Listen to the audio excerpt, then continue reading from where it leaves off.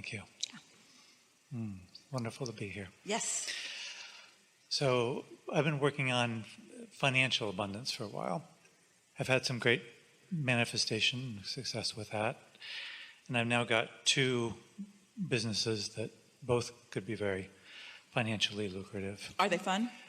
One more than another, and that's what I'm trying to figure out. More will come from the fun one. Yeah, that's what I'm feeling. In other words, you don't need to give up one for the other. But if one isn't fun, it's messing with the other. Yeah.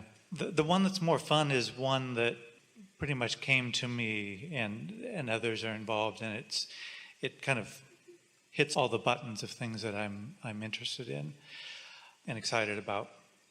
And the other one is something that I've tried a few times and have had challenges with. And So you've got resistance in it, which is keeping it from being fun. Yeah. So make it fun or let it go.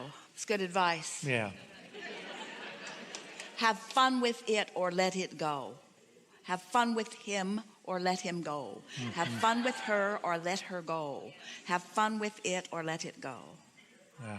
Meaning person, place, thing, idea, whatever it is. Have fun with it or let it go. As long as you're having fun with it, then the momentum is positive and it will get better and better. If you're not having a good time with it, then it's evoking effort from you. And then the effort just makes you tired and keeps you from having fun. Yeah. I'm feeling too that maybe some of my conflicting thoughts around it are around my coming into alignment with financial abundance in general.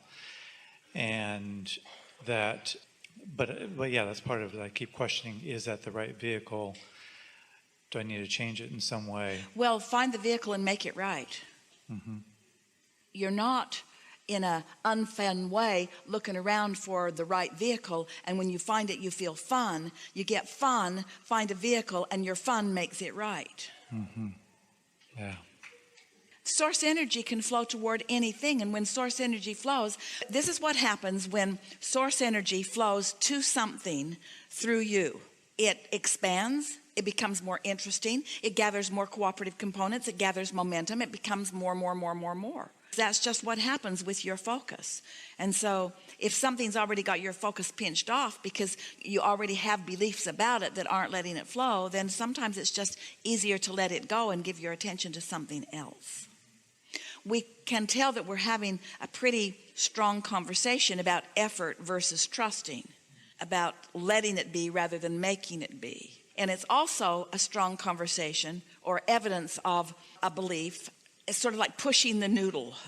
It's the difference between allowing it to unfold and trying to make it unfold. And there's a belief within you, it's within a lot of people, that says, my attention to it and my effort factor are what are going to make this go. And we say, it's actually the other way around. It's your absence of resistance that's going to let something that you want go. It's not your attention to it and your hard work and effort that makes it go. And people don't get that because there is a certain action factor that does make the difference. In other words, you could line people up with something to move from one place to another, and a strong person could pick it up and move it faster than a weaker person. Someone more determined is going to move that physical thing further. But that's not the game you play in. You're playing in a game of higher stakes with faster currents and energies and bigger repercussions and bigger results than just moving something from one place to another. So don't let yourself be confused about what a little bit of mediocre action can accomplish in relationship with what true alignment to the energy that creates worlds can accomplish. And sometimes people sacrifice their alignment and all of that power for just using their brute strength or willingness to dig in with their minds to accomplish something. Did you hear that? And you know how you can tell the difference? By how it feels. If it feels hard, it isn't working. If it feels hard, you're working. It isn't working. Allowing the universe to provide is really what you're wanting to have at the basis of all of this. You're thinking things into being. You're not doing things into being. You're finding a vibration that then allows a thought. And when you receive the thought, which inspires an action, that's a whole other thing than making something happen by realizing that you've got to dig in and make it happen. Can you feel the difference? And you've been sort of presenting those choices to us in the conversation all along here just now. Yeah. Yeah. It would be like saying, I've lived enough life to know what I want relative to, let's say, a relationship. Just stay with us for a moment. And I don't currently have that dominant, significant relationship that I want. But I've lived enough life and I've put it into the vortex. So now I'm going to trust the universe to yield it to me through my path of least resistance. And then you get an idea. I'm going to do online dating.